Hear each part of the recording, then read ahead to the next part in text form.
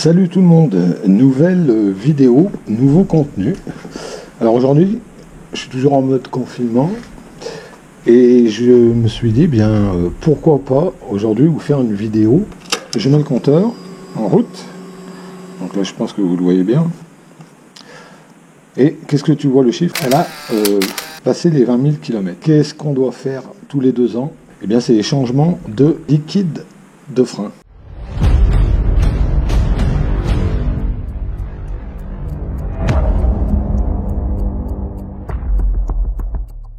Alors, petite mécanique, mais mécanique quand même de précision, il faut quand même bien le dire. Je vais commencer déjà à vous montrer, dans cette première vidéo, on va s'attaquer au plus simple, c'est l'étrier de frein arrière. J'espère que cette vidéo vous intéressera.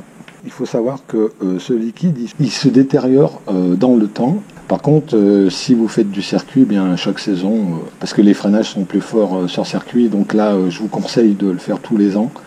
Mais là, voilà, peut-être que ça peut vous servir. Il suffit pas d'être vraiment mécanicien pour le faire.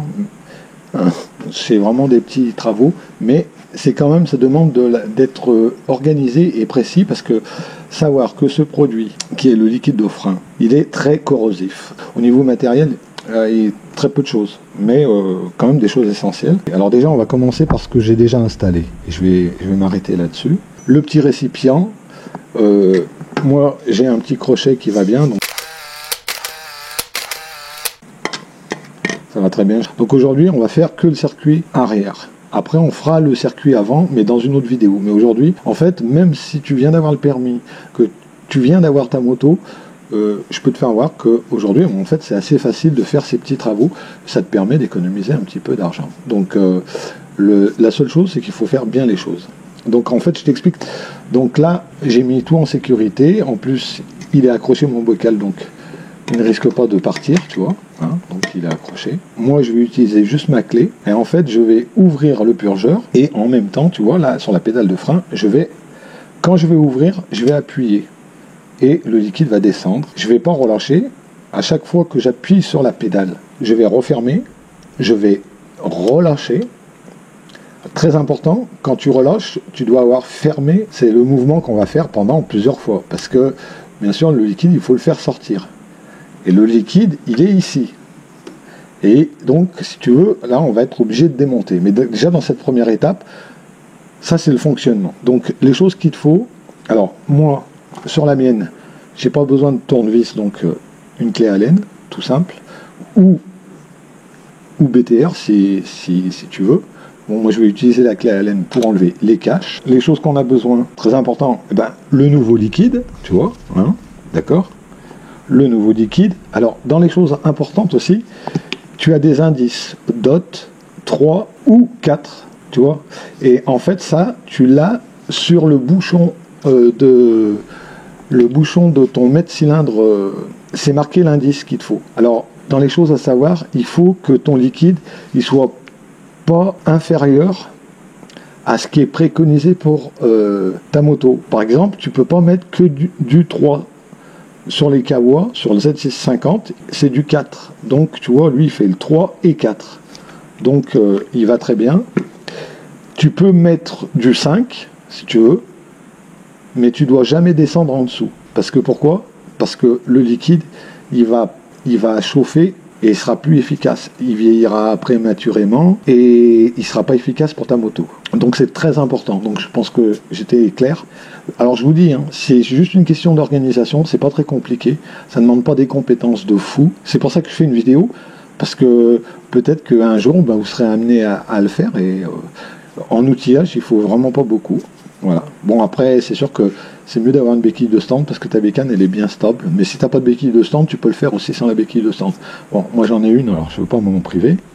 Alors, les choses qu'il vous faut, il vous faut aussi, ça c'est important, parce que ça vous en aurez besoin, c'est du nettoyant frein, tu vois, WB40, le liquide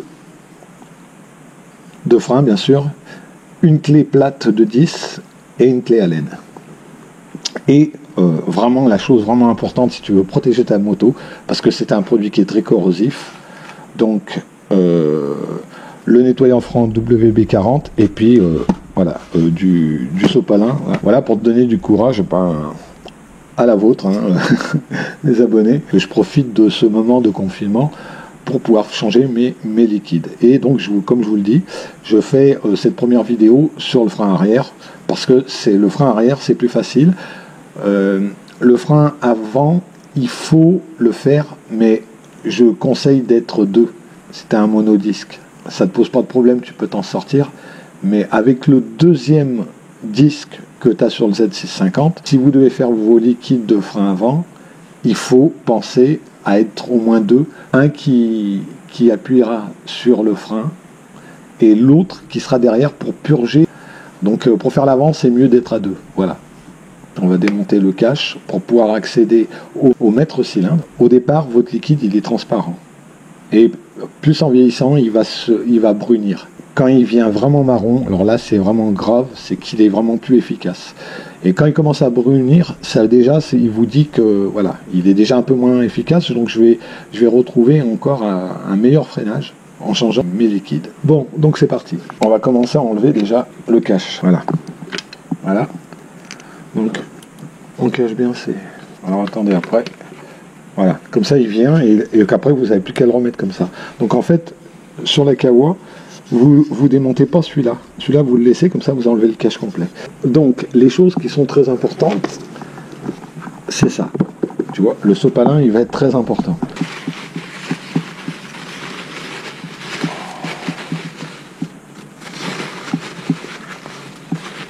Tu vois, le papier, c'est bien. Le papier, ça épouse bien toutes les formes. Si tu en fais tomber, il vaut mieux bien tout protéger.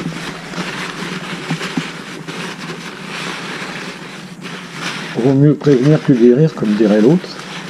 Après, si tu es manette comme moi, c'est sûr que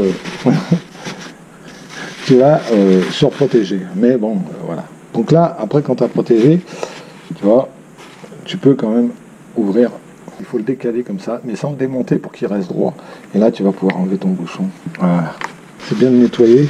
Tu regardes le joint, l'état du joint. Comment il est.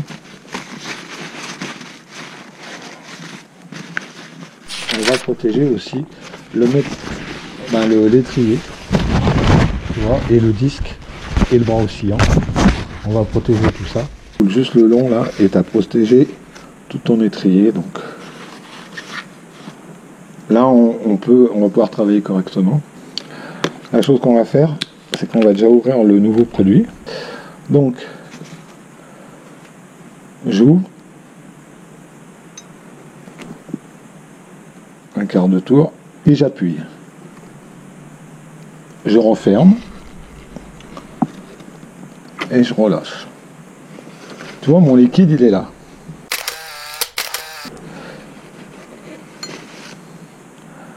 Donc, on va mettre du liquide et en fait, on va enlever l'ancien et on mettra le nouveau. Bon, tu vois, je remplis bien. Hop, voilà. C'est pas très compliqué. L'important, c'est qu'il y ait toujours du liquide au fond.